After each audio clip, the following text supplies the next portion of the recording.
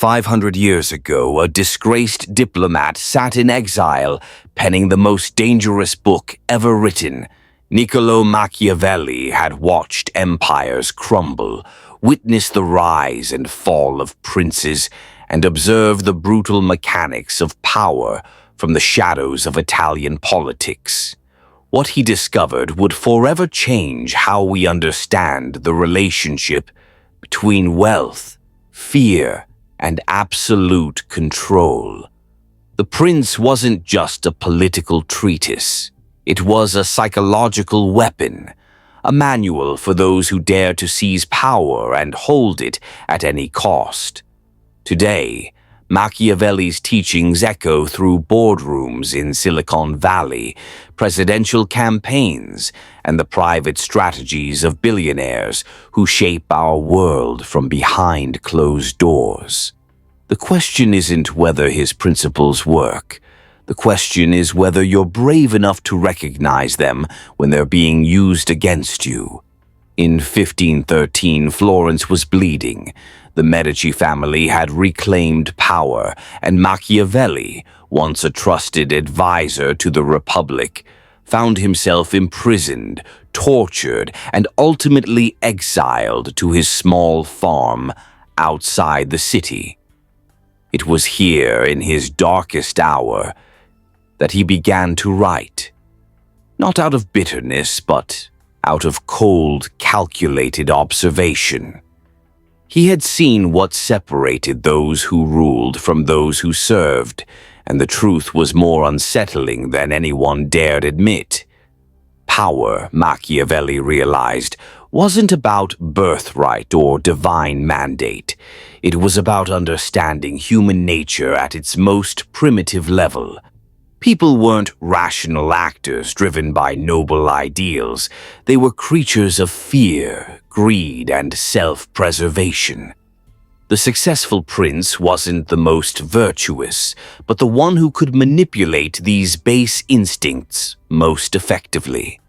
Consider his most infamous advice.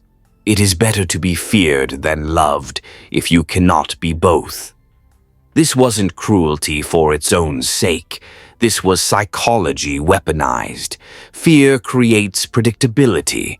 Love is fickle, conditional, and can disappear overnight. But fear is reliable. It ensures compliance even when you're not watching, even when your subjects think they're alone. Machiavelli had witnessed this principle in action through Cesare Borgia, the ruthless son of Pope Alexander VI. Borgia understood that wealth without the willingness to use violence was meaningless. He would shower his enemies with gifts and opportunities, drawing them close only to eliminate them when they least expected it. The message was clear to all who watched. Proximity to power meant vulnerability, not safety. This created a psychological landscape where potential rivals eliminated themselves through fear, saving Borgia the trouble. But Machiavelli's genius extended far beyond the crude application of force. He understood that true power required the careful management of perception. The prince must appear virtuous while being prepared to act ruthlessly. He must seem generous while hoarding resources. He must project strength while conserving energy for the battles that truly matter. This theatrical aspect of power is perhaps Machiavelli's most enduring insight. People don't respond to reality, they respond to their perception of reality. The prince who controls the narrative controls everything else. Create the right image and your subjects will police themselves. They'll convince themselves that your rule is not just acceptable, but necessary. Modern billionaires have transformed Machiavelli's teachings into an art form. Take Jeff Bezos during Amazon's early years. He projected the image of a scrappy entrepreneur sleeping on a desk while systematically building one of the most predatory business models in history. He appeared humble and customer-focused while implementing surveillance systems that would make Machiavelli himself envious. Every move was calculated to maintain the narrative of innovation and progress, even as traditional retailers were systematically destroyed. Elon Musk has mastered the Machiavellian principle of controlled chaos. By constantly shifting public attention through controversial statements and grandiose promises, he creates a psychological environment where his actual business practices remain largely unexamined. The volatility isn't a bug, it's a feature. It keeps competitors, regulators, and critics perpetually off balance, never quite sure where to focus their efforts. The wealth component of Machiavelli's formula is equally sophisticated. Money isn't just a tool for purchasing loyalty, it's a weapon for creating dependency. The smart prince doesn't simply pay his allies, he structures their entire existence around continued access to his resources. This creates a psychological prison where betrayal becomes not just difficult, but literally unthinkable. Silicon Valley has perfected this principle through stock options and equity structures that keep employees locked into companies for years. But the psychological effect goes deeper. By making employees feel like owners, these companies create the illusion of partnership while maintaining absolute control. The employees police themselves, working 100-hour weeks, not because they're forced to, but because they believe they're building their own wealth.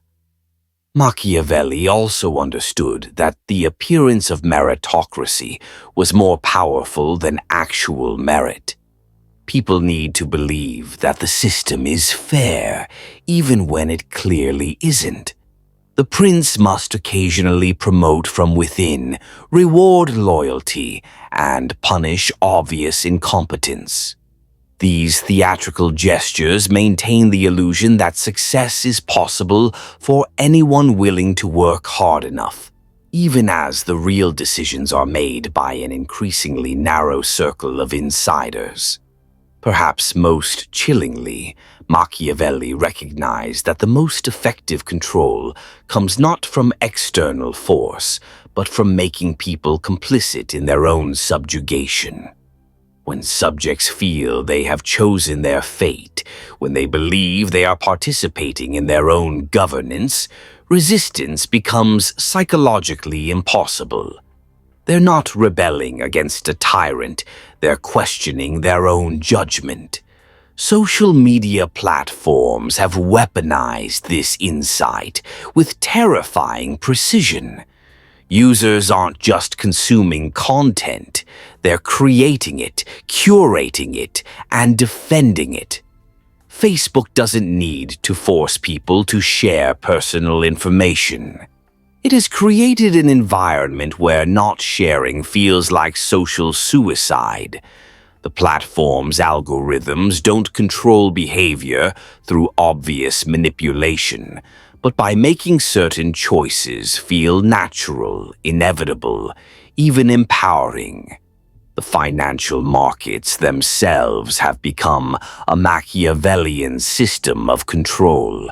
Retail investors believe they're participating in wealth creation, while institutional investors and algorithmic trading systems harvest their predictable psychological responses.